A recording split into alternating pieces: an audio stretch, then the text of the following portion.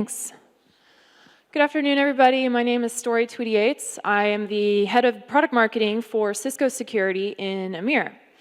And I am excited to be here today talking about this subject because it's an important message and it's very relevant for customers, whether you're in security or whether you're actually a networking architect. And so by the end of this session, we should understand three things. First, ransomware is a strong threat that you need to be aware of. Second, what's really at stake with security is digitization and innovation and a competitive advantage. And lastly, we're going to talk a little bit about how to conceptualize protection and effective protection against ransomware. Now, for those of you who are unfamiliar with ransomware, I am assuming everybody knows what ransomware is, but I'll just give a very high-level overview. So ransomware is when online somebody's able to encrypt your files, and then they ask you to pay, typically in the form of Bitcoin, which is anonymous, a fee in order to get your files back. Europol has said that ransomware is actually the top most prominent threat across all of Europe right now. And when I say prominent, I mean it's the most commonly seen. And this now ranks above data stealing malware and above banking Trojans. And the reason why it's so prominent is the wording on the bottom. So there are many different variants of the malware. There's a greater volume of targets for the attackers because they're not just targeting one operating system. They target typically any number of different vulnerabilities that they can then exploit. And lastly, Bitcoin has allowed them to receive their payment anonymously. So it's almost like a low-risk money-making machine that they're able to tap into. And we see here also data from Europol. This is CryptoLocker, and this is the concentration of attacks seen in these different geographies. And we can see that it has affected this current geography. So this is the victim view, right? But what about the attacker view? And this is more general than ransomware, but we can see that attackers are everywhere. And the darker the color means the more concentration of attacker infrastructure and also cyber criminals in these geographies. So when we talk about attackers, we think about infrastructure. And infrastructure for ransomware kind of leads to botnets, which happens to be the top threat in Latvia proper. And this has been found by, so this was stated by actually the Latvian government, so the Ministry of Defense and the Incident Response Group. Now, botnets relate to the infrastructure of ransomware because botnets are a way for ransomware to be propagated. So for example, botnets can push out phishing campaigns or big spam campaigns, and then ransomware can come into your network through these campaigns. And this is a real-life example of something, a map of the threat landscape that our Talos threat telemetry group found. So this one email domain was responsible for the registration of pages, of landing pages, of all of these threats that you see up here, including one, which was a botnet. And that botnet led to a piece of ransomware malware, which is called Locky. So I think we've made the point, the initial point, that ransomware is a threat that we should be concerned about in this location. So with that, we're going to move on to the next point, which is what's really at stake with security and with ransomware, one of the top security threats, which is digitization. Now, when you're not confident in your security posture, you'll see stuff like this happen in an organization where 71% are saying that they think innovation is actually hindered because they don't feel confident in their cybersecurity. Or they'll just stop a mission-critical initiative altogether because they're not confident in cybersecurity. Now, if we flip the coin and we say, what do we do if we are confident in cybersecurity? Well, then we see that we actually end up with what we could call a first move advantage because you're more confident in pursuing digital transformation when you're confident in your cybersecurity posture. The good news is that Latvia is very well positioned to take advantage of the digital transformation, so cybersecurity should also be top of mind. This comes from the World Economic Forum, the network network readiness for different countries, and we can see that Latvia ranks 32 out of 150 countries. Now, this is up 20 points from last year, which is really great, but it's even more easy to understand when you actually compare to what Latvia ranked above. So Latvia ranked above Russia, Italy, and Chile. Those are three good examples. I mean, many times, especially Chile, right, as a startup, they're trying to really push entrepreneurship. And Latvia ranks above Chile in networked readiness, and the strengths are up here on the screen. So it's affordable, everybody is using the internet, or they're online, and then there is a large amount of skill in the digital arena. And a good example, just to bring digitization home, right? What does digitization really mean, and how does security link into that? This is a local example. This is actually from Estonia. So Teslio is a mobile app testing service. It's a startup that has been able to innovate and provide unique value to their customers based on digitization. Everything they do is online. So they'll test a mobile app from a remote location. There are no brick and mortar stores here. All the testers will talk to each other on instant messaging online. All the data will be collated together online centrally, and then the actual report that gets sent to the customer is also online. So this is all very positive, right? This is digitization in action. And this is what's at stake when you are not confident in protecting yourself against something that is such a big threat like ransomware. So now we get into the last piece, because we know that digitization is at stake and we know that ransomware is a threat. And now we talk about protecting against ransomware and how to conceptualize that. Well, ransomware is a business. Ransomware is a profitable business. And the profits are up here. So about 210 million earned just in the first 3 months of 2016 of this year.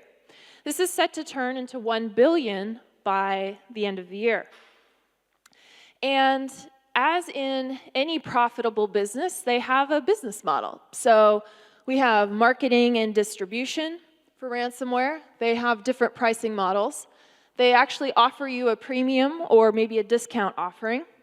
They manage their costs in many cases, which we'll see, and then they're very, very innovative. And if I had to pick 2 strengths out of all of this for ransomware, it would be innovation and marketing and distribution. Now, when we talk about a business, we have to have clients and customers.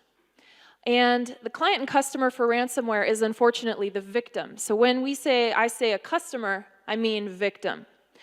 And typically, an organization will have a target customer.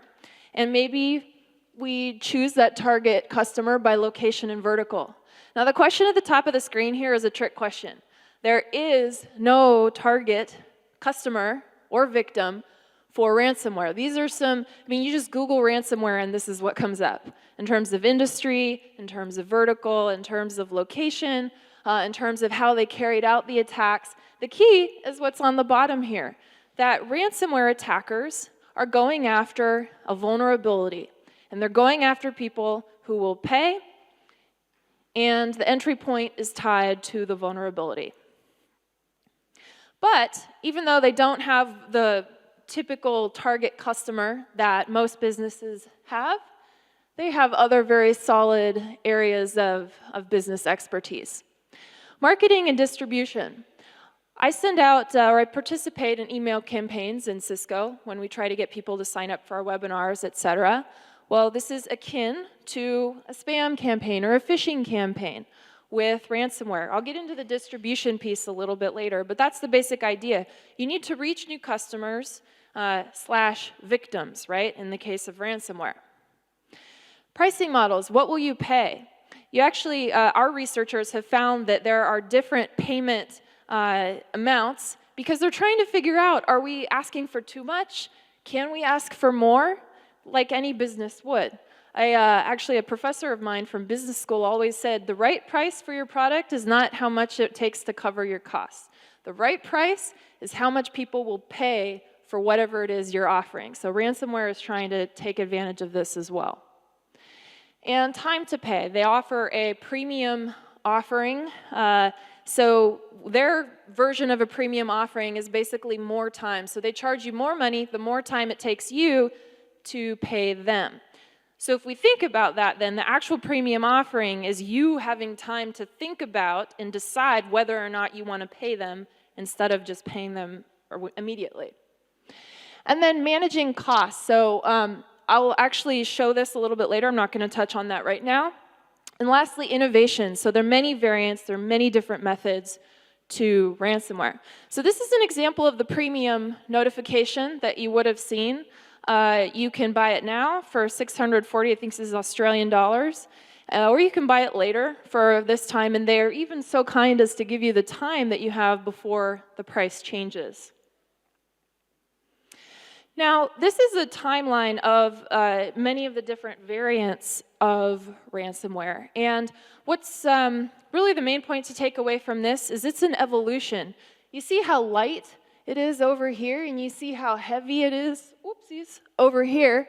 And a lot of this has to do with the anonymization of payment with Bitcoin. But to give you a brief summary of how this has evolved. So GP Coder, this is something that I wouldn't determine it as a real threat these days because we can actually get people's files back. We can actually crack the code of the attackers, so to speak. CryptoWall is kind of your typical new age ransomware attack when it comes into an environment through emails, through spam emails typically. Tesla Crypt is just funny because it's the attackers grew a conscience and they decided to actually give people the master key. So that didn't. But while it was occurring, it was very tough. Now, the best example up here of a really innovative variant of ransomware is SamSam. And that's because it doesn't target the end user like most malware does. It actually targets servers directly. It targets where the information is, the gold mine, so to speak, and it can propagate through servers on its own. So it gets in through a vulnerability, and then it's able to self-propagate. And again, it targets servers directly. So this is what our threat researchers have visioned or guessed will be the future of ransomware. But it's here today. This is malware that can compromise your servers without having to accomplish a lot of command and control traffic, as we'll see later in the steps of ransomware. But this is also a great example of the different pricing models. Because we've actually seen three different, when our researchers tried to reverse engineer the process and they got involved with the ransomware, they found three different price thresholds. The attackers were trying to figure out how much we would pay in order to get the data back. Okay, so this slide is critical because this slide begins the last piece of the presentation about how we can actually protect ourselves effectively from ransomware. But the first point to make about this slide is around marketing and distribution, which happens all right before this third step here. So I mentioned before email campaigns. Well, one way for ransomware to begin is to simply email through phishing, through spam, with an actual ransomware payload or piece of malware included in that email. Now, hopefully people won't click on it and download the malware, but some people do.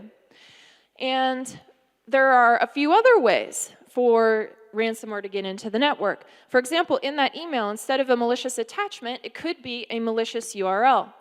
Or somebody could just be on a completely legitimate web page, and malvertising could be on that page. And then without knowing it, without clicking on anything, they're being compromised. So they've got a pretty good scope of how they're trying to reach customers and victims. I mean, this is some pretty good marketing in terms of trying to gain a mind share, so to speak. Now, distribution, so Nike, right? Nike makes its shoes and then it distributes in Foot Locker, it distributes its shoes in Nordstrom's. So these are retail channels, right? We could call it distribution. Ransomware has distribution, and a good example of that is an exploit kit. So that would happen at this piece. Now, let's say a user actually clicked on a malicious URL. Well, they would be redirected to an exploit kit landing page. Now, on that exploit kit landing page, their device would be scanned for vulnerabilities that the attacker could then exploit in order to take control of that device and accomplish the rest of these steps here. So from a distribution perspective, the exploit kit actually serves the purpose of distribution of the particular ransomware malware.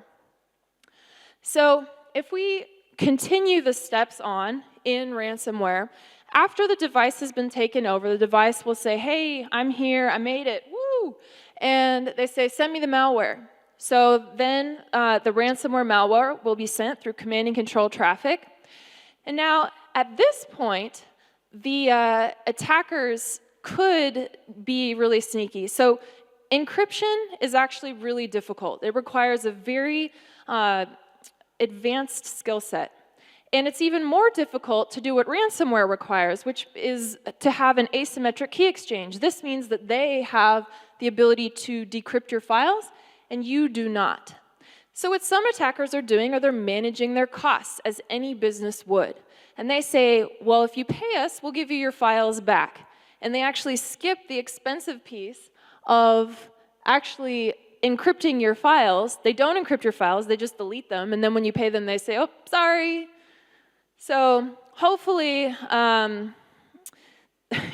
hopefully, if any of you are unlucky enough to get attacked by ransomware, that won't happen because that's really unfortunate. But, you know, this is what the attackers are doing. It's a business. So this is the full range of steps of the kill chain, so to speak, of ransomware. And at that point, once they've encrypted your files, you've been infected, and you'll have to figure out what to do from that point. Now, there's hope, right? We're talking about breaking the kill chain. So what can we do here? Well, the key is to protect not just at one piece in the chain. The key is to protect from a multi-layer perspective. And this is how that might look. So first of all, email security could block the initial ransomware payload. It could maybe turn the malicious URL into the email to a redirected URL that says, hey, this is actually taking you to a malicious place. Or it could identify any malicious addresses, right, that are writing you and just block the email outright. Now, another layer, which is perhaps overlooked, but from Cisco's perspective, this is the entire reason that we purchased OpenDNS. So DNS layer security, recursive DNS. Any device that's connected to the internet needs to know where to go when it wants to actually make a request. If I say google.com, what's the domain, what's the IP address, where am I going?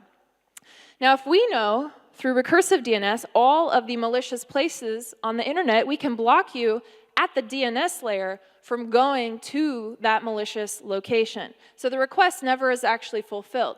So as a result of protecting at that particular layer, you can prevent command and control traffic from any port and protocol. So with these two places right here where you're not seeing anything on your computer, but there's command and control traffic happening, that would be blocked by DNS layer security. And then let's say that you have the ransomware payload on your device. Well, you can still block the command and control traffic that accomplishes that very last step. So you could still be protected even if you have a piece of ransomware malware on your device, and that's critical. And then, of course, DNS layer security at this initial stage can also prevent you from making the connection out to a malicious URL or to the exploit kit landing page. Intrusion prevention, when we talk about the vulnerabilities that an exploit kit is scanning for, the actual exploits, when they happen, an intrusion prevention system will be able to identify those exploitations and tell you about them so you can go and do something about it. And lastly, endpoint security, blocking the actual payload itself before it gets in. Also, let's say we didn't know the file was malicious, and so we actually let it in.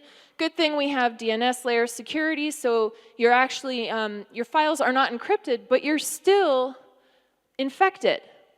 And let's say we discover after 2 months that we're infected, and we need to clean that up. So that's when you need something like retrospective security, which is security after you've actually been infected. You can clean up, you can scope, contain, remediate a threat, so that anybody who is infected with the payload, even though we're not seeing the encryption of files, we can get rid of the ransomware payload on every single person's device. And that can actually happen with one click if it's the right endpoint technology.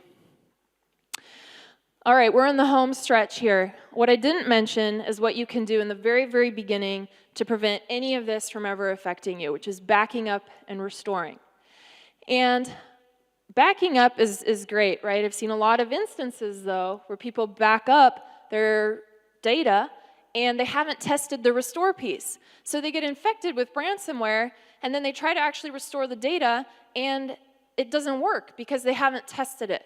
So very critical. It's not just backing up your data, it's backing up and testing that the restore piece of that backup is functioning effectively.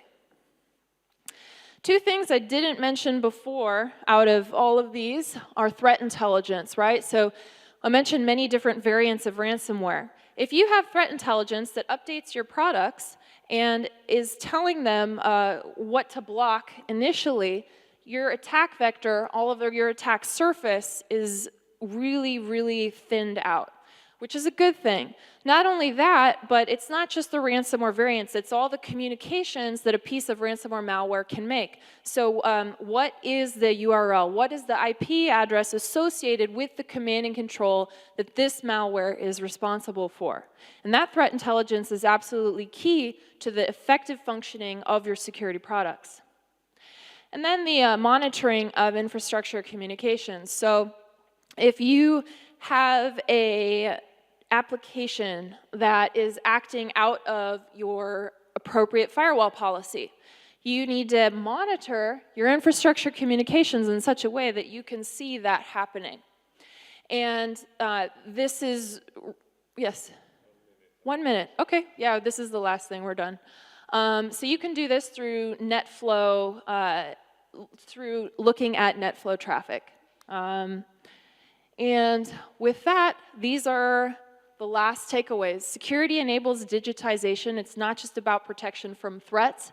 And protection from the ransomware business and threats must be multi-layer as opposed to just at one piece in that process.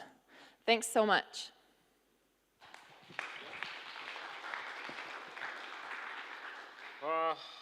Story, I would like to thank you for your great presentation. We actually hear a lot about ransomwares, and we hear from some people who were not lucky. Yeah, but when they are really asking questions, and sometimes it's not enough to say, it's just a business. Yeah. Yeah, because losing files, you know, it hurts. It does, it's awful. Especially if you don't have backups and so. So your last message was like a classic one, 2 backups. And restore, not just backups, restore too. Yeah. Okay. No, thank you very much. Here's a nice little gift from us and thank a you. certificate. Thank you. Okay, thank you very much.